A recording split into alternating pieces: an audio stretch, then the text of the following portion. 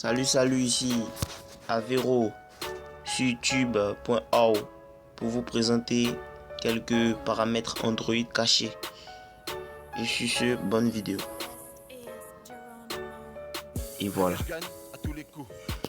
Je vais vous présenter les paramètres de votre Android qui sont pas dans les paramètres de votre téléphone, mais qui sont cachés, qu'il faut activer pour pouvoir les manipuler. Pour le faire, il faut aller dans à propos de l'appareil et cliquer 5 fois sur version, numéro de version. Pour moi, on dit inutile. Vous faites-le et là votre téléphone sera en mode développeur. Après ça, vous pouvez entrer dans l'option de développement juste au-dessus d'à propos de l'appareil. Voilà. Quand vous êtes dedans, on vous présente plusieurs options. Voilà. Je vais commencer par le bas pour vous présenter les options qui sont disponibles dans ces paramètres. La première option, c'est de permettre à votre téléphone d'être plus rapide.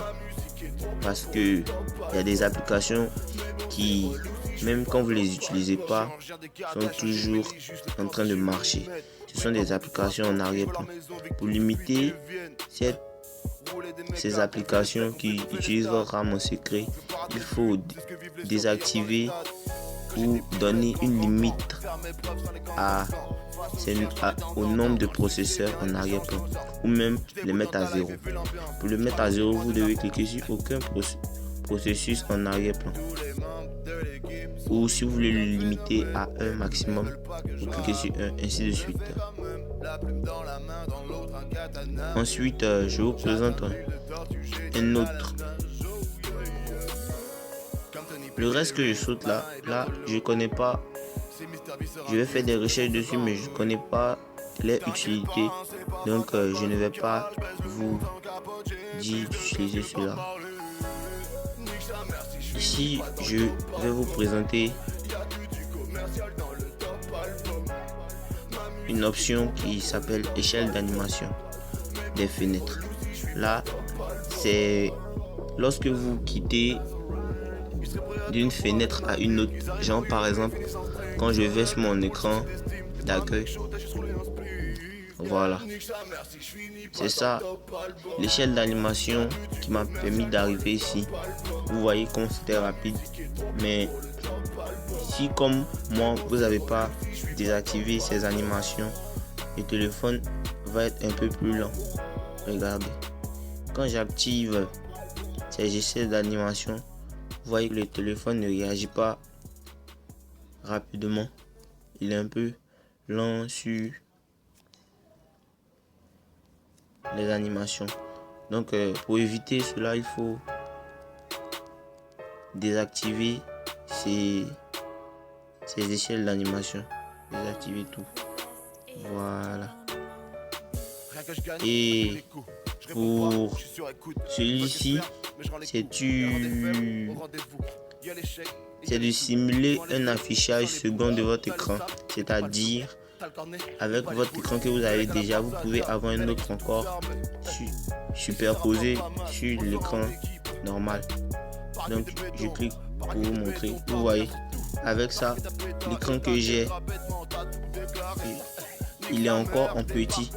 Je peux le rendre plus grand si vous voulez. Voyez, là, il est plus grand. Voilà.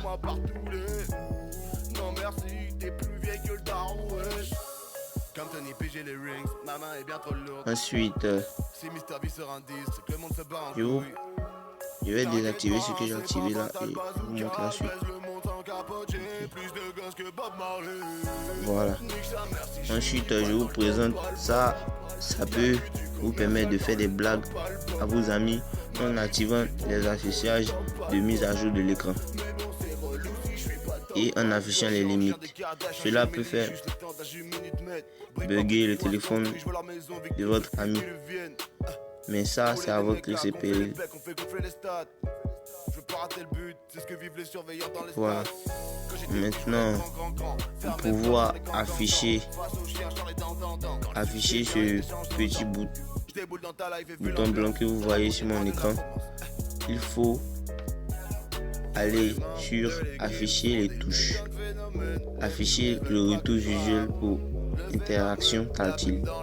Là, quand je l'ai désactivé, on ne voit plus mes mouvements sur l'écran. Et là, quand je l'active, on peut voir mes mouvements sur l'écran. Voilà. Et ensuite, vous pouvez ici permettre à votre téléphone de se connecter à un ordinateur. Souvent, quand votre téléphone n'arrive pas à se connecter à un ordinateur, c'est qu'il n'est pas en mode déblocage. C'est-à-dire,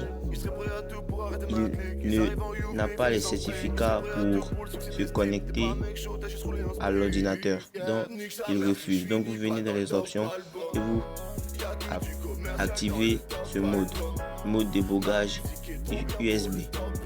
Quand c'est fait, voilà, je vous ai présenté toutes les options que je connaissais.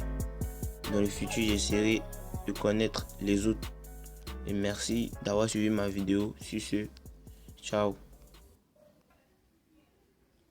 Et les mecs, si ma vidéo vous a plu, n'hésitez pas de laisser des likes pour encore avoir plus de vidéos. Merci.